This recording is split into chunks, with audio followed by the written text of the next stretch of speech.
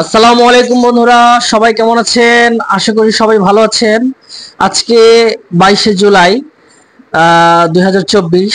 তো আমরা আসলে সারা দেশে কারফিউ চলছে।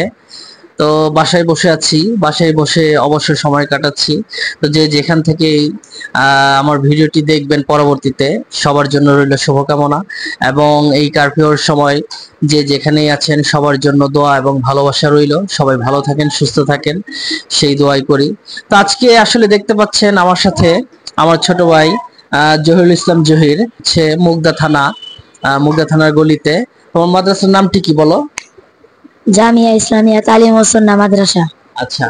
তো ও আসলে আমার ছোট ভাই, ওর মাদ্রাসা বন্ধ হওয়াতে কারফিউ সময়, যার কারণে বাসায় নিয়ে এসেছি। তো আমার হঠাৎ করে মনে হলো যে ওর আসলে ওর মুখে একটু কোরআন তেলাওয়াত শুনি, এবং ও খুব ভালো নাসিক জানে। তো ভাবলাম যে ওর মুখ থেকে একটু গজলও শুনি। তো শুধু আমি একা শুনবো কেন, তো ভাবলাম যে আপনাদের সবাইকে যেন শোনাতে পারি, সেই জন্যই আজকের ভিডিওটি করা। তো আপনারা ওর মুখ থেকেই শুনুন ওর কোরআন তেলাওয়াত এবং গজল। আসসালামু আলাইকুম ওয়া রাহমাতুল্লাহি ওয়া বারাকাতুহু। আমার নাম মোহাম্মদ জহিরুল ইসলাম জহির। আমি মুগদা থানা ওয়াবদাগুলি জামিয়া ইসলামিয়া তালিম ও সুন্নাহ মাদ্রাসার নিয়মিত ছাত্র। আমি এখন আপনাদের সামনে কোরআন শরীফ থেকে সূরা ফাতিহা তিলাওয়াত করে শোনাবো। আউযু বিল্লাহি মিনাশ শাইতানির রাজীম।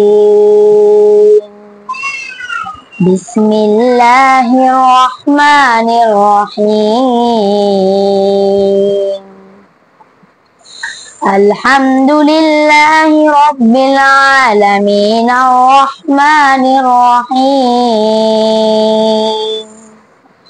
مالك يوم الدين إياك نعبد وإياك نستعين اهدنا الصراط المستقيم صراط الذين أنعمت عليهم غير المغضوب عليهم ولا الضالين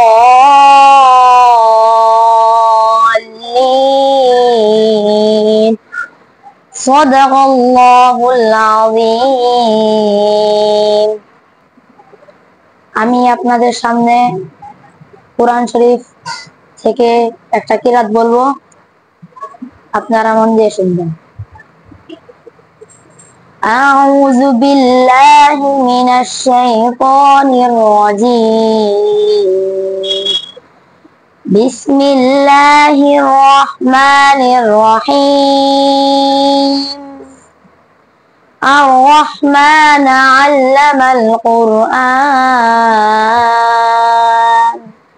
খলাকাল ইনসানা আল্লামাহুল বায়ান। الشمس والقمر بحسبان والنجم والشجر يسجدان والسماء رفعها ووضع الميزان ألا تطغوا في الميزان وأقيموا الوزن بالقسط ولا تخسروا الميزان والأرض وضعها للأنام فيها فاكهة والنخل ذات الأكمام والحب ذو العصف والريحان فبأي آلاء ربكما تكذبان صدق الله العظيم। السلام عليكم ورحمة الله وبركاته।